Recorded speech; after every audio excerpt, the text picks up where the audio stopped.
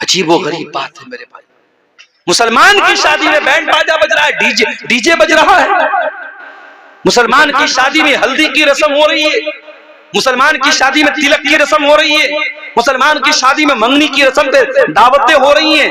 अल्लाह के वास्ते मेरे प्यारे साथियों, उम्मत बहुत परेशान है, उम्मत बहुत परेशान है।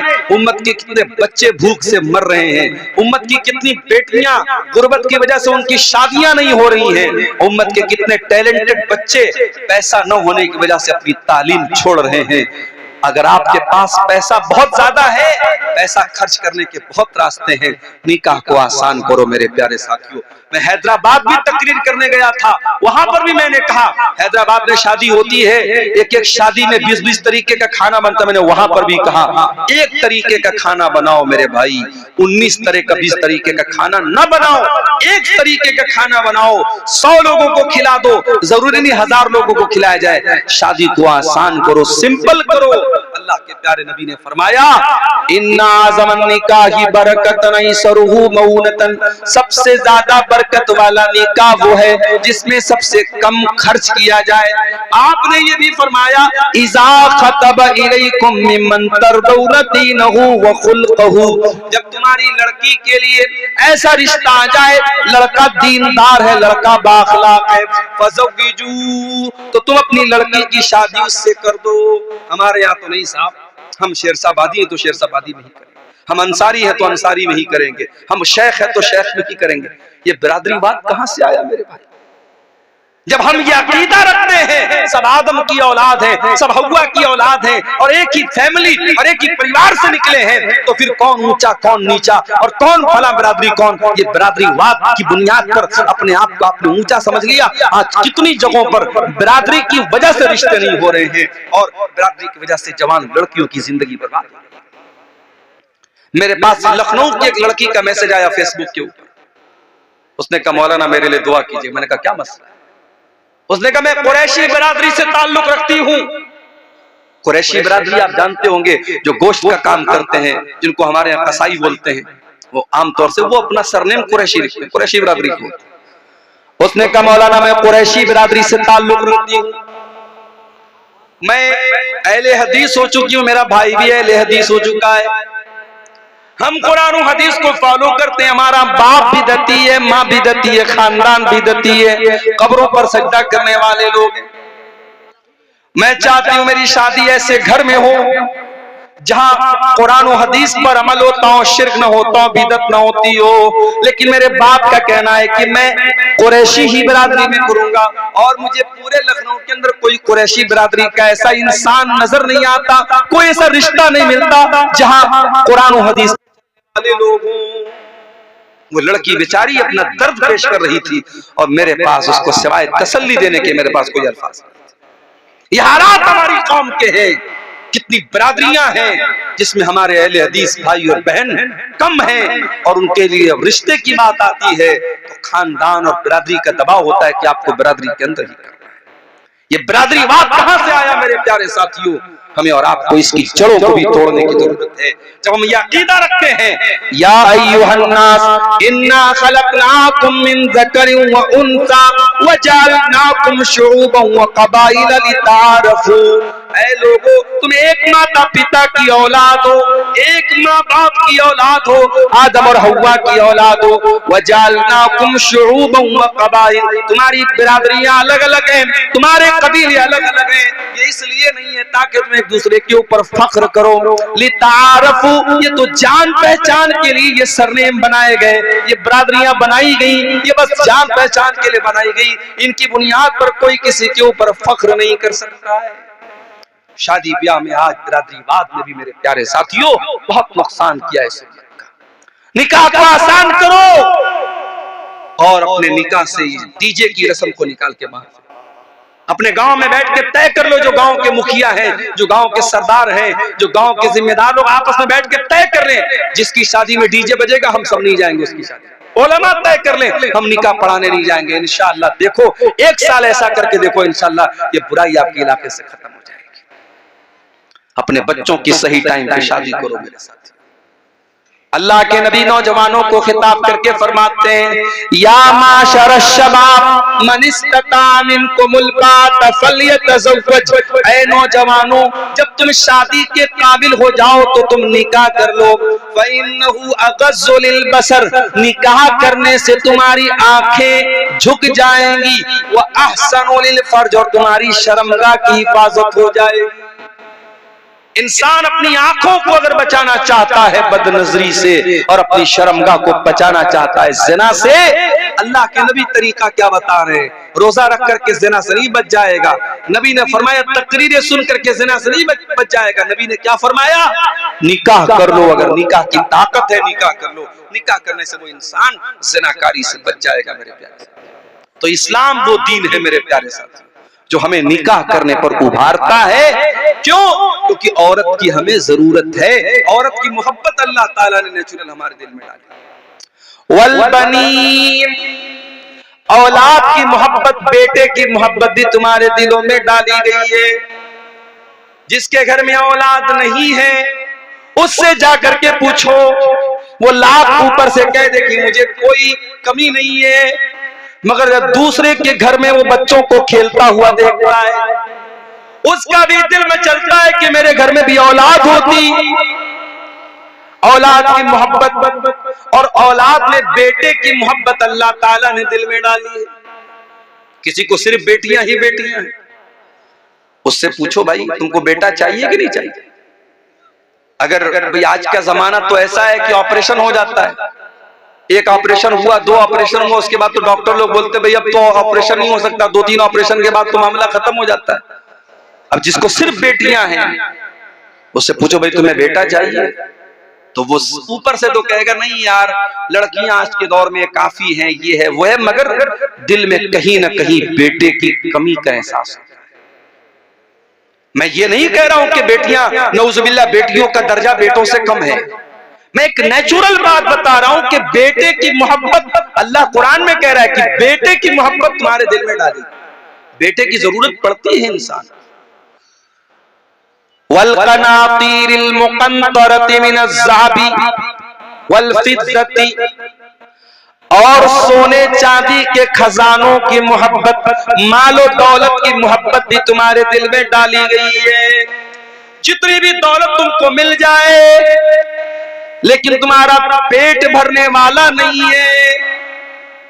कल तक जो 10,000 रुपया महीना कमा रहा था, बड़ी मुश्किल से घर चला रहा था, दुआ कर रहा था अल्लाह मेरी आमदनी बढ़ा दे, अल्लाह ने 10,000 से 50,000 कर दिया।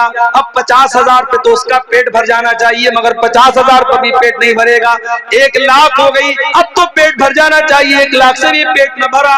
अल्लाह के नबी फरमाते हैं लौ कान लिब्ने आदम वादियान मिन ज़हब, अगर आदम के बेटे के पास सोने की 2 वादियां आ जाए, लबतगा सालिसन, तो वो तीसरे की तमन्ना करेगा, उसे तीसरी भी चाहिए।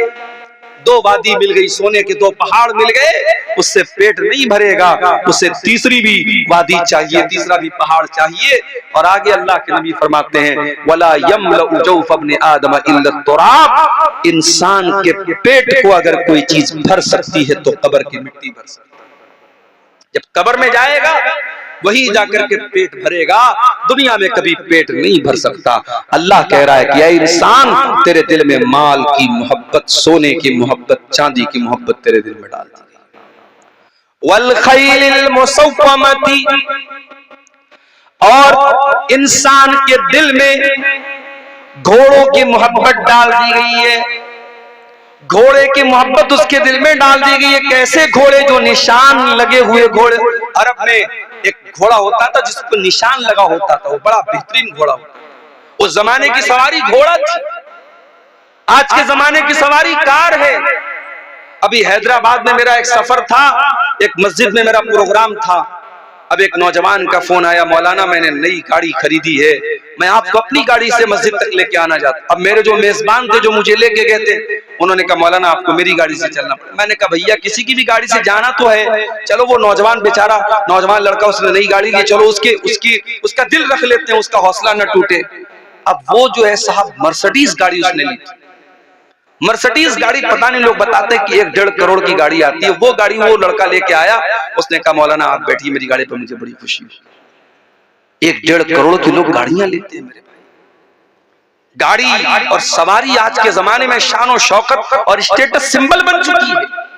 अल्लाह ने कहा कि तुम्हारे दिलों में हमने डाला है घोड़े की मोहब्बत। उस जमाने की सवारी घोड़े थी, आज के जमाने की सवारी कार है, आज के जमाने की सवारी बाइक है।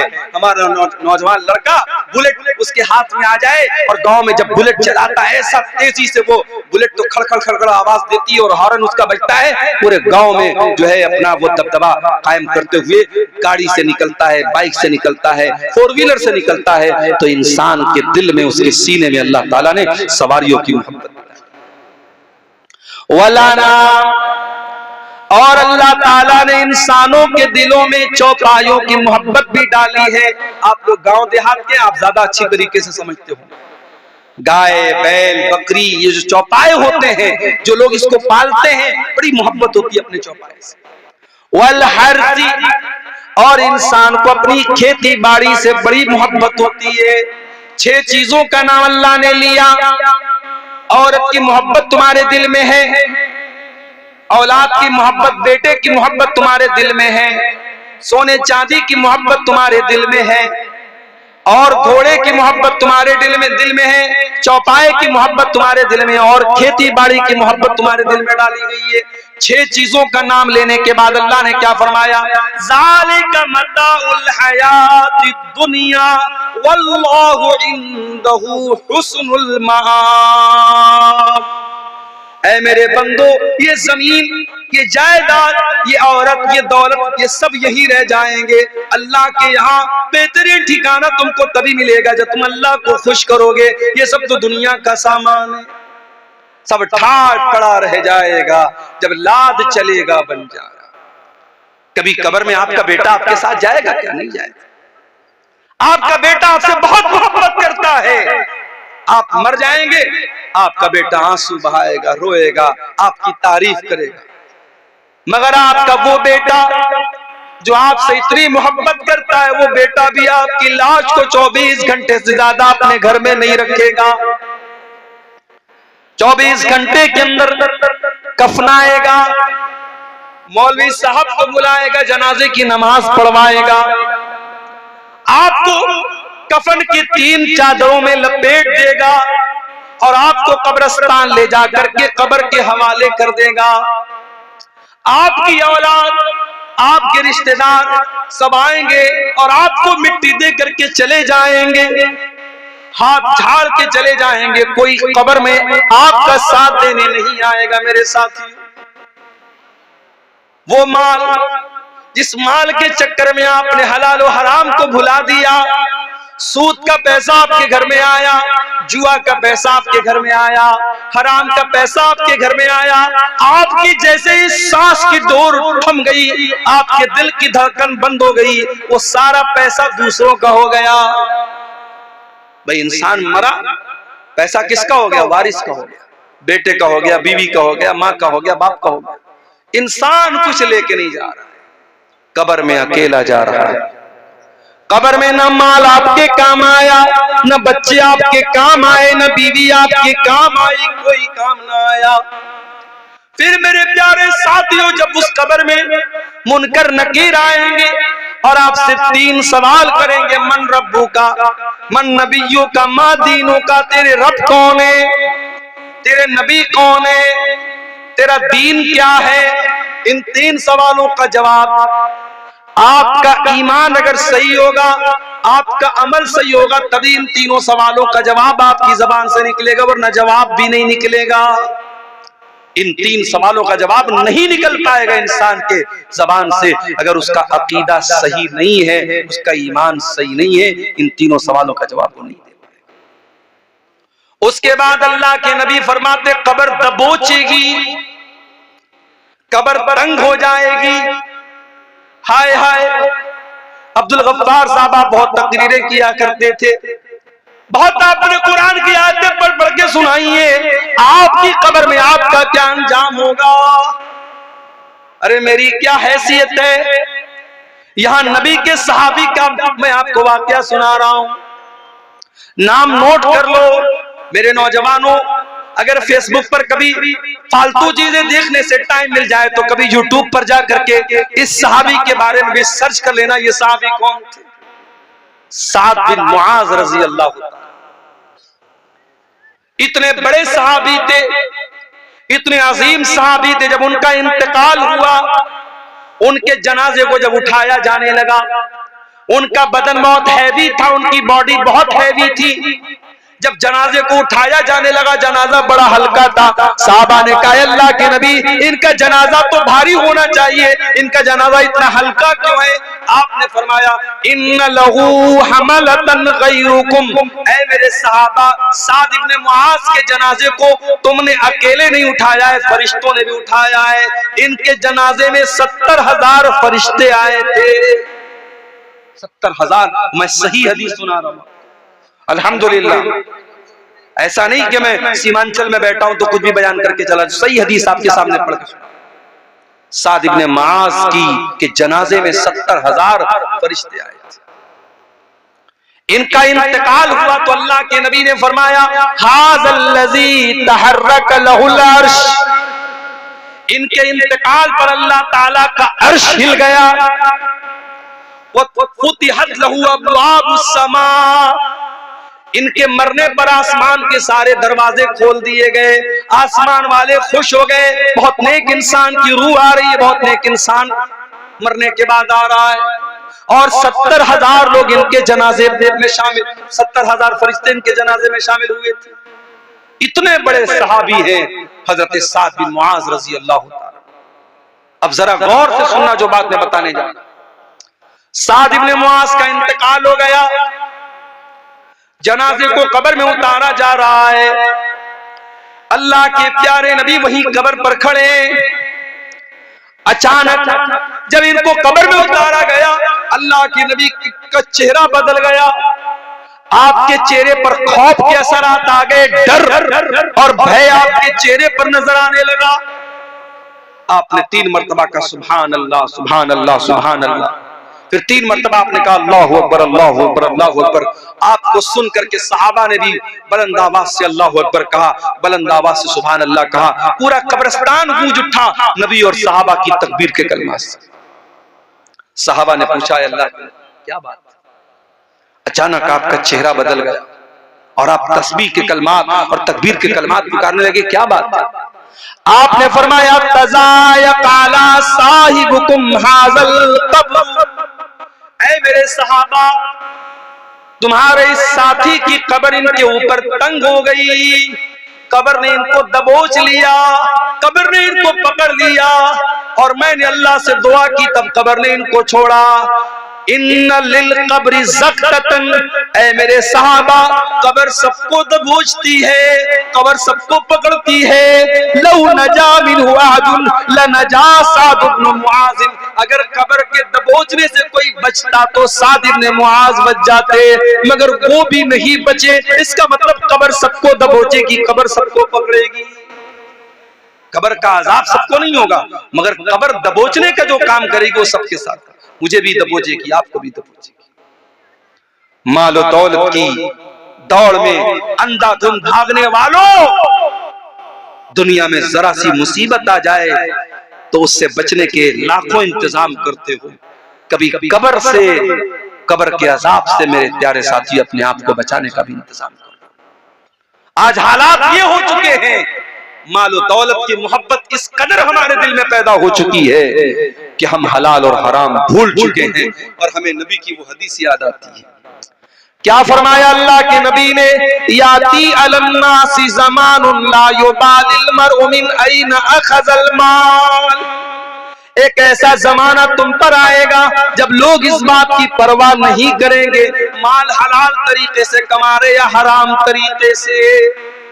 हमारा नौजवान बिजनेस नहीं करना चाहता, हमारा नौजवान नौकरी नहीं करना चाहता, हमारा नौजवान मेहनत मजदूरी करना नहीं चाहता, वो चाहता है कि ड्रीम 11 पर जुआ खेल करके पैसा कमा ले, वो चाहता है कि IPL में सट्टा लगा करके पैसा कमा ले, वो चाहता है कि ओजोन नाम की कोई कंपनी आ जाए, मेटा ओजोन नाम की कोई कंपनी आ जाए, क्रिप्टो करेंसी के नाम से कोई कंपनी आ जाए और बैठे बिठाए पैसा लगा करके बैठे बिठाए रातों रात अमीर बन जाए।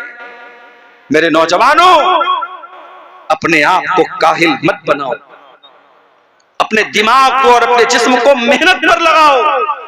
इसी मुल्क में रतन टाटा का भी इंतकाल हुआ।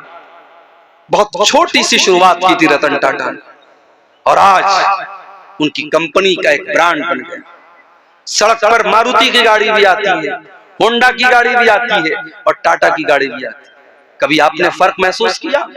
टाटा की गाड़ी जब आती है, लोग कहते भाई साहब टाटा की कंपनी, टाटा की गाड़ी मजबूती में बेमिसाल होती। मैं साउथ इंडिया में मैंने देखा कि लोग मारुति की गाड़ी नहीं खरीदते, 4 व्हीलर मारुति की बिल्कुल नहीं खरीदते। आंध्रा वगैरह में मैंने देखा। मुझसे लोगों ने कहा मौलाना कभी गाड़ी लेना टाटा की लेना, क्यों? बोले फैमिली के साथ आपको सफर करना है अगर हमेशा टाटा की गाड़ी लेना, क्योंकि टाटा की गाड़ी बहुत मजबूत होती है, बहुत परीक्षण होता है, बहुत जांच होती है, उसके बाद वो मार्केट में आती है।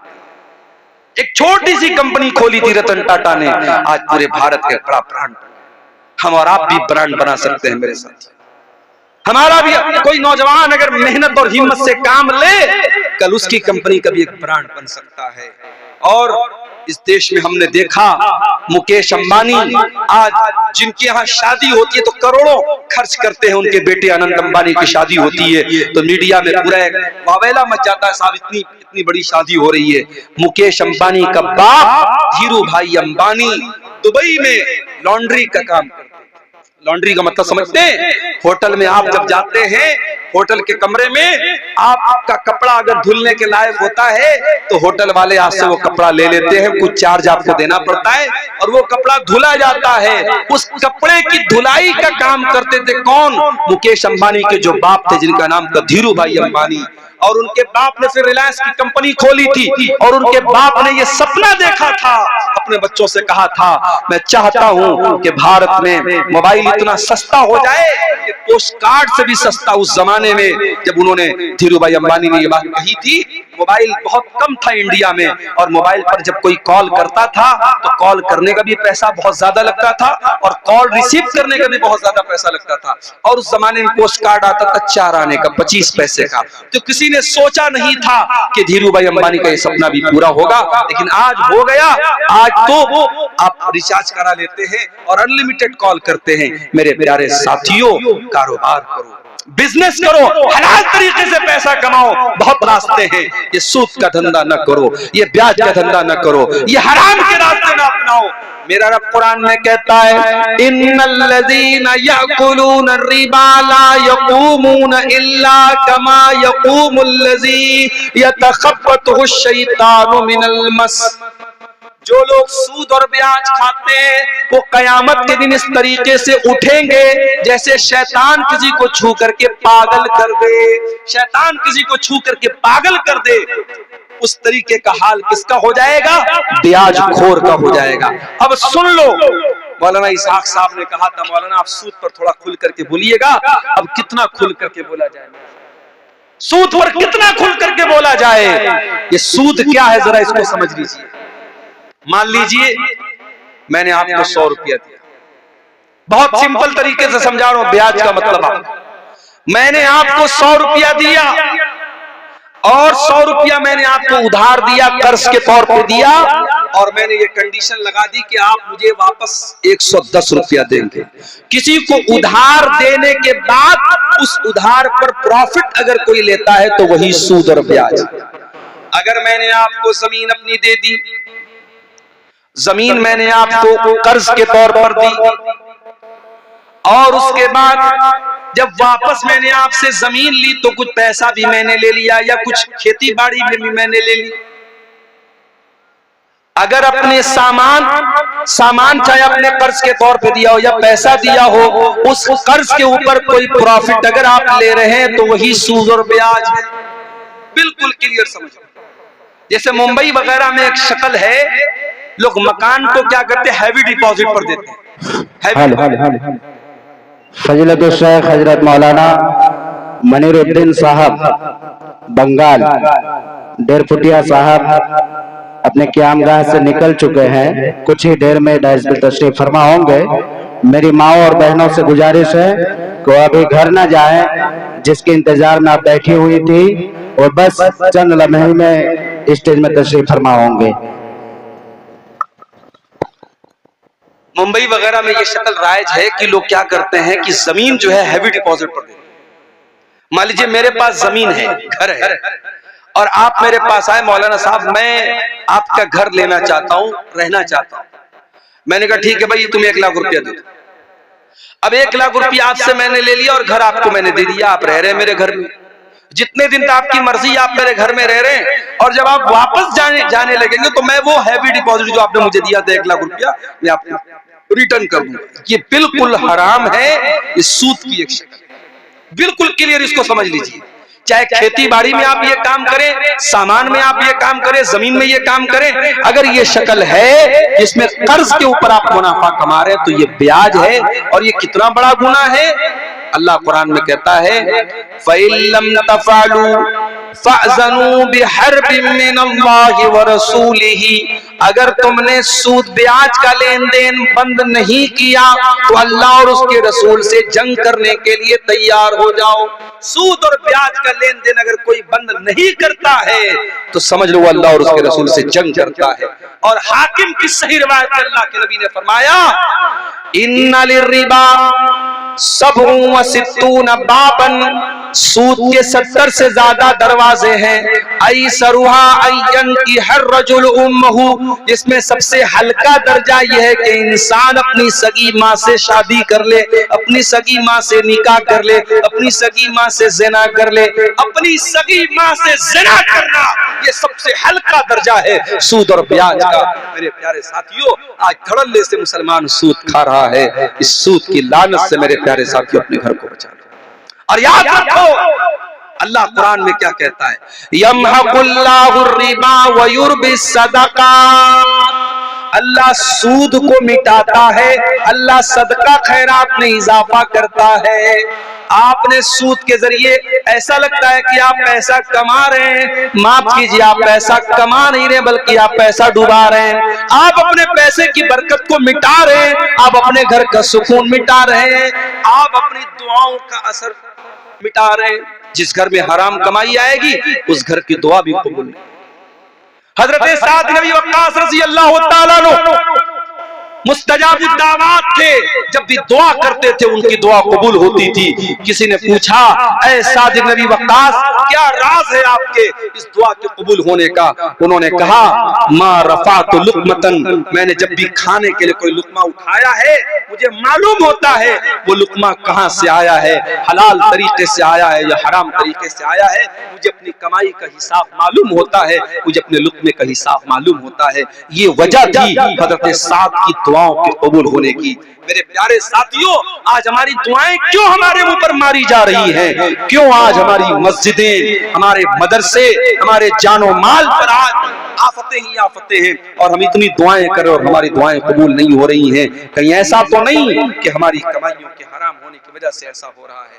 वो हदीस भी अपने सामने रखिए, सही मुस्लिम की वो हदीस जिसमें अल्लाह के नबी ने फरमाया, अल्लाह ताला पाक है और पाक ही चीज को कबूल करता है। अल्लाह ने अपने रसूलों को भी इसी बात का हुक्म दिया, या अय्युहर रसूल कुलू मिनत तय्यिबाति वअमलू सालिहा, ऐ मेरे रसूलों पाक और हलाल चीजें खाया करो।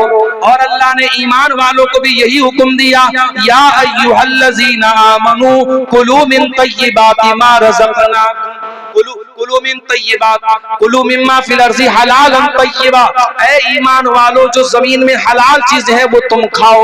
ईमान वालों को भी हलाल खाने का हुक्म दिया और रसूलों को भी हलाल खाने का हुक्म दिया।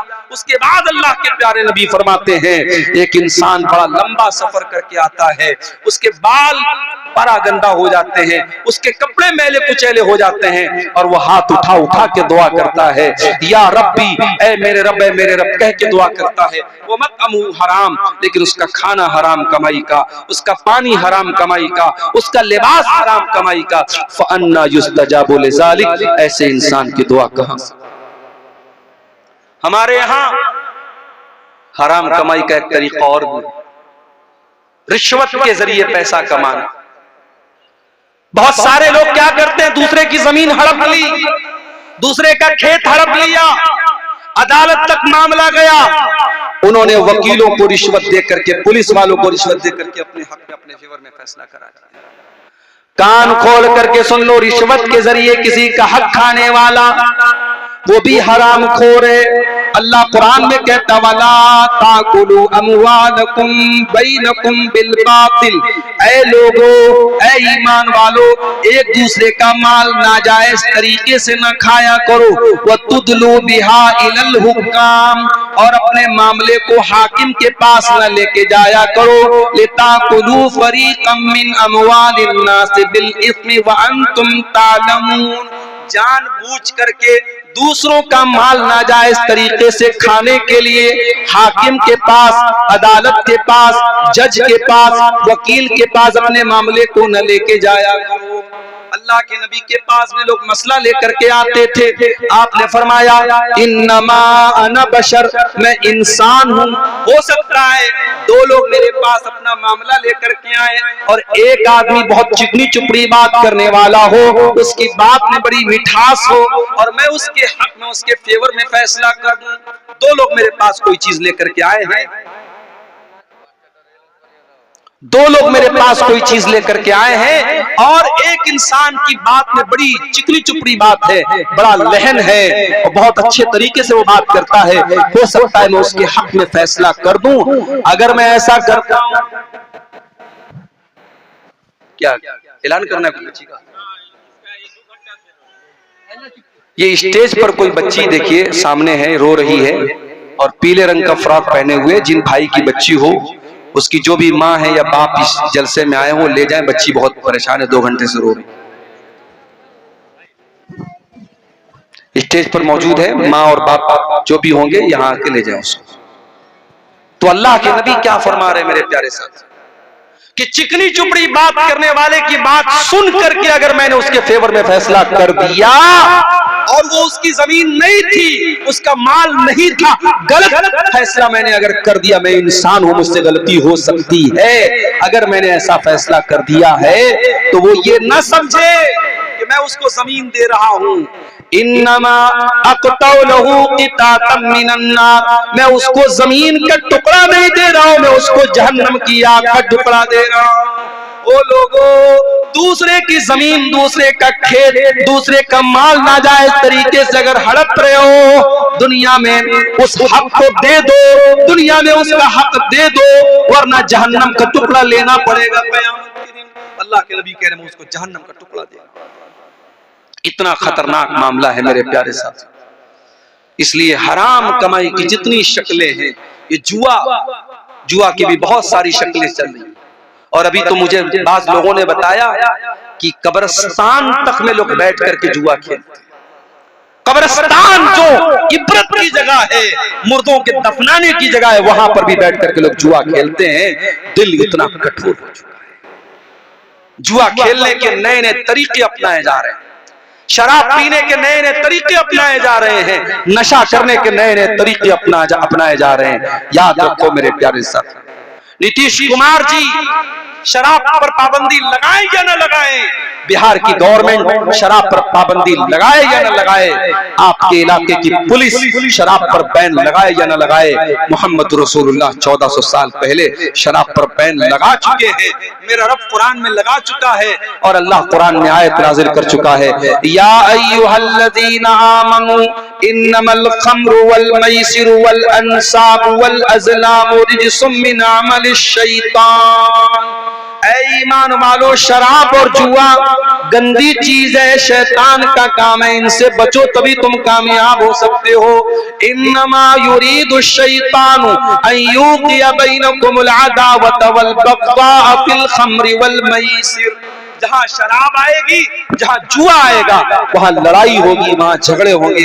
कितने मर्डर हो जाते हैं आज, कितने कत्ल हो जाते हैं इस शराब की वजह से और इस जुए की वजह से।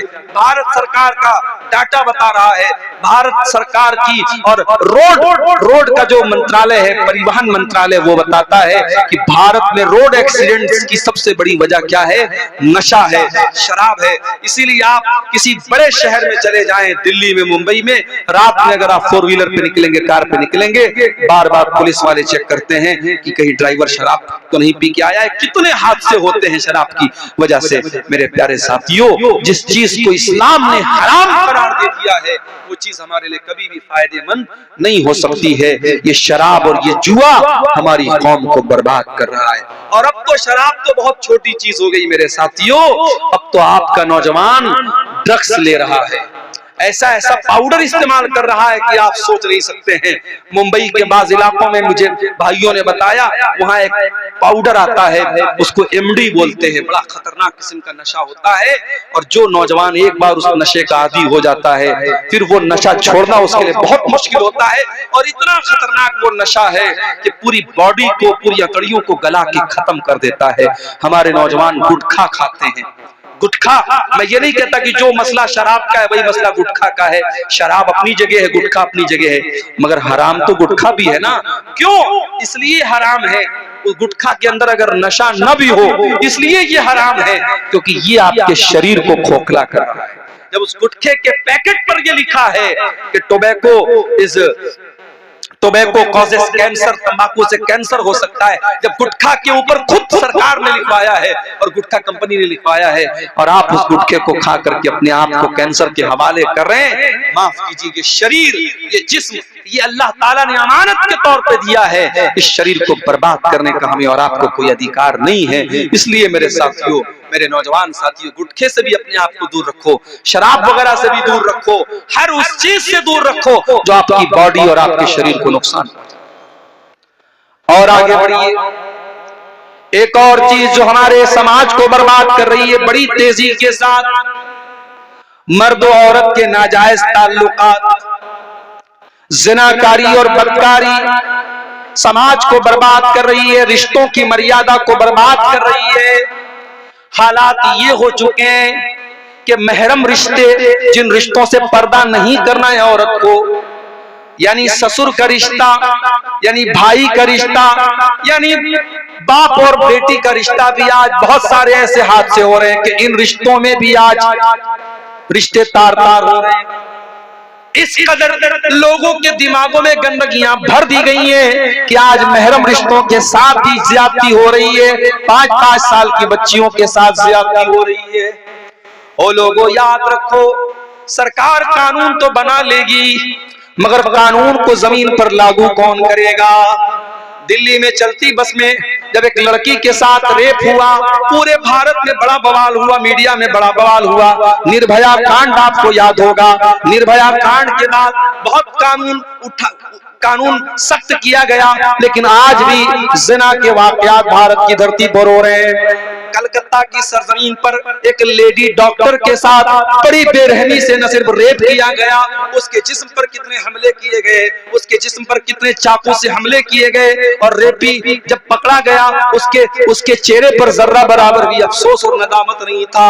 वो लोगों, याद रखो, तुम कानून तो बना लोगे, तुम पुलिस का सिस्टम तो मजबूत कर लोगे, मगर दिल में अल्लाह का डर जब तक पैदा नहीं होगा, ये क्राइम नहीं रुकेगा, ये अपराध नहीं रुकेगा।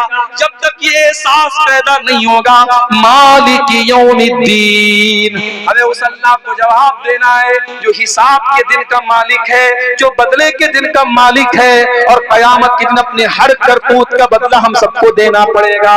जब तक हमारे दिल में ये एहसास पैदा नहीं होगा, तब तक ये अपराध रुकने वाले नहीं है, क्राइम रुकने वाले नहीं।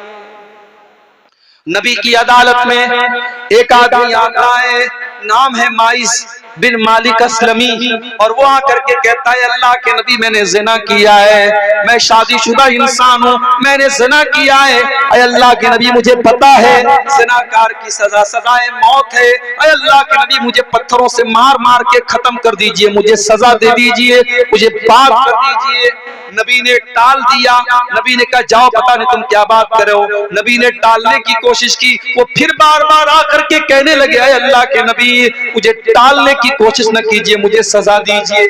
आपने सहाबा से कहा जरा इनके मुंह के पास जाके जरा सूंघ के देखो कहीं शराब तो पी के नहीं आए हैं, कहीं नशे की हालत में तो नहीं है। सहाबा ने सूंघ के देखा, कहा अल्लाह के नबी नशे की हालत में नहीं है।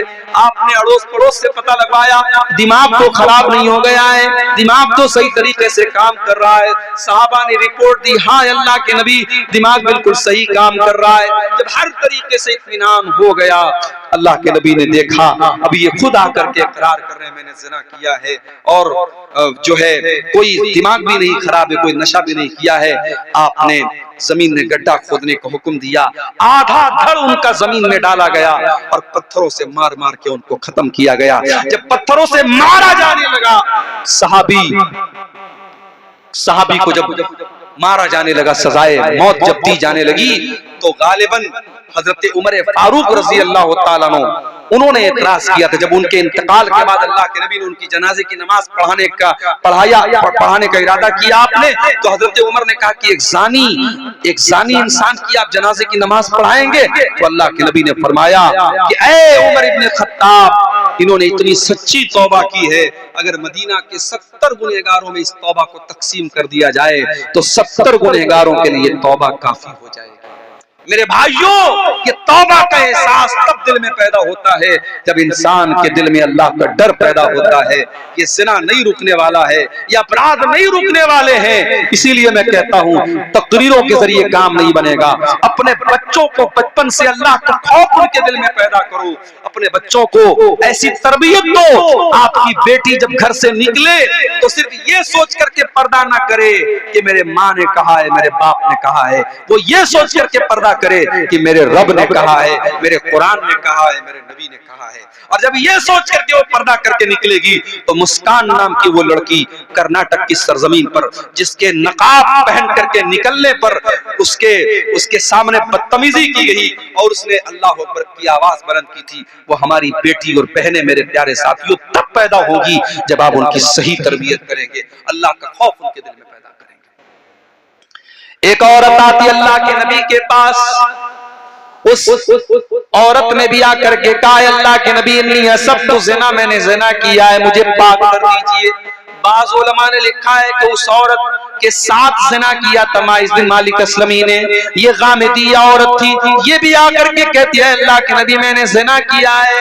अल्लाह के नबी ने फरमाया कि जाओ अल्लाह तुमको माफ करे। उसने कहा मुझे टालने की कोशिश न कीजिए, मैं प्रेग्नेंट हूँ, मेरे पेट में बच्चा है, आपको मुझे सजा देनी पड़ेगी। आपने कहा गलती तेरी है, तेरे बच्चे की कोई गलती नहीं है, जा जब बच्चा जन्म ले ले, जब बच्चा पैदा हो जाए तब तो मेरे पास आना।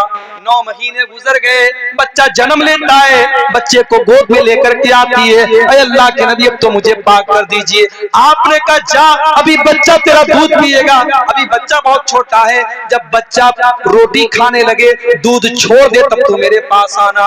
अल्लाह के नबी 2 साल की और मोहलत दे देते हैं उस औरत को। 2 साल के बाद वो आती है, जब बच्चे के हाथ में रोटी का टुकड़ा ले लेता है बच्चा, बच्चे के हाथ में रोटी का टुकड़ा है और बच्चे को गोद में लेके आती है, अल्लाह के नबी मेरा बच्चा दूध छोड़ चुका है, रोटी खाने लगा है, अब तो मुझे पाक कर दीजिए। उस औरत के लिए भी अल्लाह के प्यारे नबी जमीन में गड्ढा खुदवाते हैं और उस औरत को भी पत्थरों से मार मार के खत्म किया जाता है। और जब उस औरत को पत्थर मारे जाने लगे, उस औरत के खून के कुछ छींटे हजरत खालिद बिन वलीद के कपड़े पर पड़ गए और खालिद बिन वलीद की जुबान से कुछ नाजेबा कलिमात निकल गए कि ऐसी नापाक औरत का खून मेरे कपड़े पर पड़ गया, कुछ इस तरीके के जुमले उनके मुंह से निकल गए। अल्लाह के नबी ने फरमाया महलन या खालिद, ऐ खालिद खबरदार, अपनी जबान को कंट्रोल करो, अपनी जबान को लगाम दो। लक़द ताबत तौबतन लौ ताबा साहिब मुहसिन लगफिर लहू। ऐ खालिद, इस औरत ने इतनी सच्ची तौबा की है, अगर कोई डाकू और कोई चोर भी ऐसी तौबा करता अल्लाह उसकी तौबा कबूल कर लेता। मेरे प्यारे साथियों, हम आज अगर इन गुनाहों से बचना चाहते हैं तो हमें और आपको अपने दिल में अल्लाह का खौफ पैदा करना पड़ेगा। और मेरे अजीजों, आखिर में यही गुजारिश करना चाहता हूं कि अपनी नौजवान नस्ल को ये मदरसा मिफ्ताहुल उलूम जैसे मदरसे या आपके बच्चों को और आपकी बच्चियों को जो दीनी तालीम दे रहे हैं, इनको कुरान और हदीस सिखा रहे हैं, ये हमारी बुनियादें हैं मेरे भाइयों। इन बुनियादों को सींचना, इनको कायम रखना हमारी और आपकी जिम्मेदारी है। इनको जरूर कायम रखिए और अपने बच्चों को अल्लाह का खौफ उनके दिल में पैदा कीजिए। हम अल्लाह से दुआ करते हैं रब्बुल आलमीन हमें हर किस्म की बुराई से, हर किस्म की हराम कमाई से, हर किस्म की बुरी आदत और लत से अल्लाह ताला हम सब की हिफाजत फरमाए। अल्लाह ताला जब तक दुनिया में जिंदा रखे, इस्लाम पर जिंदा रखे और हम सब का खात्मा ईमान पर हो। आमीन व आखिर दावाना अल्हम्दुलिल्लाहि रब्बिल आलमीन। अस्सलामु अलैकुम व रहमतुल्लाहि व बरकातुहू। वालेकुम अस्सलाम अल्लाह व बरकातुहू। जज़ाकल्लाहु खैरन जज़ा। आज के इस अजीम शान जलसा व दस्तारबंदी हुफ़ाज़ किराम की कामयाबी वाली तकरीर शेख